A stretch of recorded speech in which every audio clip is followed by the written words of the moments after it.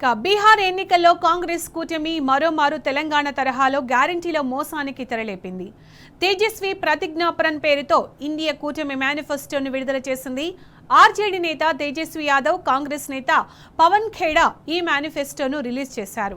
తాము అధికారంలోకి వస్తే ప్రతి కుటుంబానికి ప్రభుత్వ ఉద్యోగం ఇస్తామని ప్రకటించారు.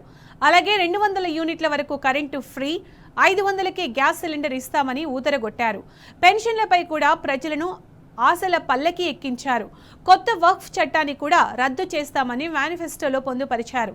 అసలే దివాళాలో ఉన్న బీహార్ రాష్ట్రంలో ఇవన్నీ ఎలా సాధ్యమని ప్రశ్నిస్తే తెలంగాణలో చెప్పినట్టే తాము అంతా రీసెర్చ్ చేశామని, తమ వద్ద గ్యారంటీల అమలుకు ప్రణాళిక ఉందని చెప్పుకొచ్చారు.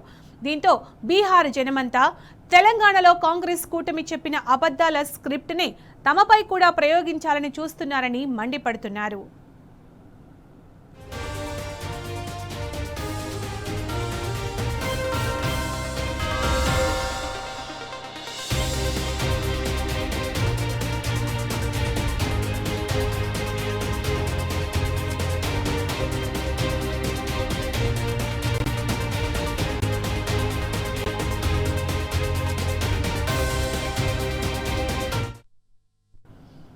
బీహార్ ఎన్నికల్లో కాంగ్రెస్ కూటమి మరోమారు తెలంగాణ తరహాలో గ్యారంటీల మోసానికి తెరలేపింది.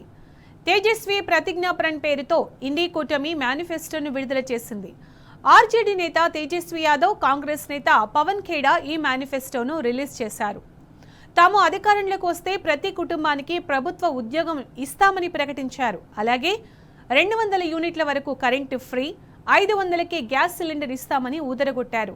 పెన్షన్లపై కూడా ప్రజలను ఆశల పల్లకి ఎక్కించారు. కొత్త వక్ఫ్ చట్టాన్ని కూడా రద్దు చేస్తామని మేనిఫెస్టోలో పొందుపరిచారు. అసలే దివాళాలో ఉన్న బీహార్ రాష్ట్రంలో ఇవన్నీ ఎలా సాధ్యమని ప్రశ్నిస్తే తెలంగాణలో చెప్పినట్టే తాము అంతా రీసెర్చ్ చేశామని, తమ వద్ద గ్యారంటీల అమలుకు ప్రణాళిక ఉందని చెప్పుకొచ్చారు. దీంతో బీహార్ జనమంతా తెలంగాణలో కాంగ్రెస్ కూటమి చెప్పిన అబద్ధాల స్క్రిప్ట్ని తమపై కూడా ప్రయోగించాలని చూస్తున్నారని మండిపడుతున్నారు.